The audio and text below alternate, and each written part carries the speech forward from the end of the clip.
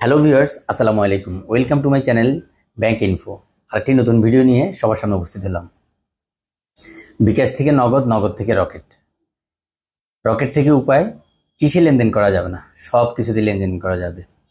MFS যতগুলো প্রতিষ্ঠান রয়েছে সবগুলো প্রতিষ্ঠান একে অপরের সাথে লেনদেন করার দারুণ সুযোগ এসেছে।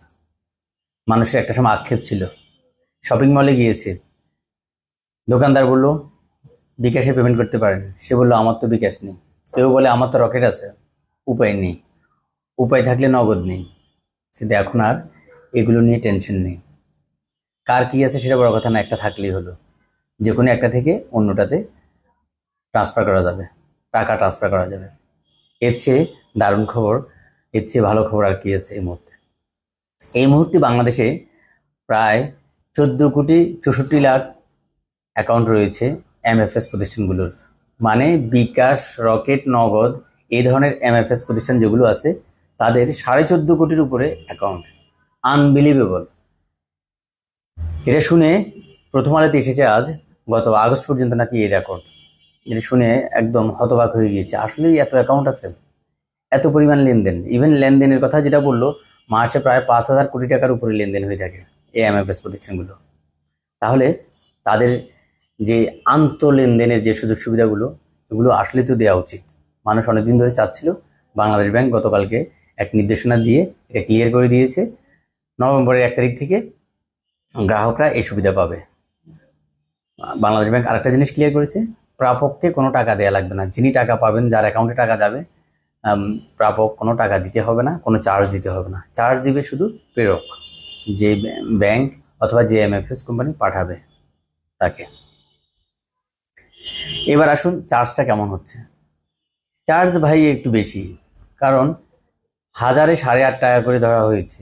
যদি বিকাশ থেকে নগদে টাকা যায়, নগদ থেকে রকেটে যায়, রকেট থেকে উপায়ে যায়, এদের ভিতর যদি আন্তঃলেনদেন হয়ে থাকে, এই এমএফএস প্রতিষ্ঠানগুলো যদি একজন আরেকজনের কাছে টাকা পাঠিয়ে থাকে, এই এমএফএস প্রতিষ্ঠানগুলোর চার্জ ধরা হয়েছে হাজারে 8 টাকা 50 পয়সা।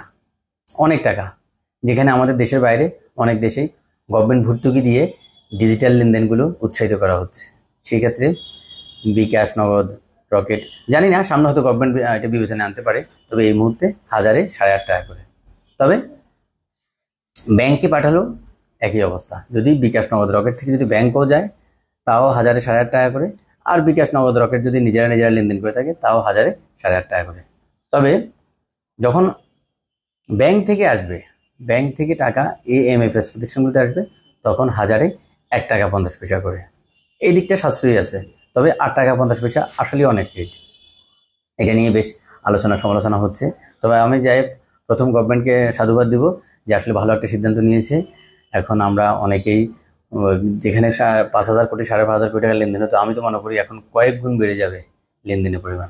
কারণ একটা জিনিস কি, গত গভর্নমেন্টের আমলে বিনিময় অ্যাপের মাধ্যমে এই লেনদেনগুলো করা যেত। তবে সেখানে ঝামেলাটা ছিল কি, উভয় পক্ষকেই বিনিময় অ্যাপটা রেজিস্ট্রেশন করা লাগতো, প্রেরক এবং প্রাপক দুজনকেই। তবে বর্তমানে এই ক্ষেত্রে আর কোনো ঝামেলা নেই, কারণ এখন অ্যাপস তো হয়ে গিয়েছে। রকেটের অ্যাপস আছে, বিকাশের অ্যাপস আছে, নগদের অ্যাপস আছে। সুতরাং অ্যাপসের মাধ্যমে ঘরে বসে আমরা একে অপরের কাছে টাকা পাঠাতে পারবো। সেটা এমএফএস থেকে ব্যাংকে, ব্যাংক থেকে এমএফএসে, রকেট থেকে বিকাশে, বিকাশ থেকে নগদে, নগদ থেকে উপায়ে, এভাবে যতগুলো এমএফএস প্রতিষ্ঠান আছে সবগুলো। এটাই হচ্ছে ভালো খবর।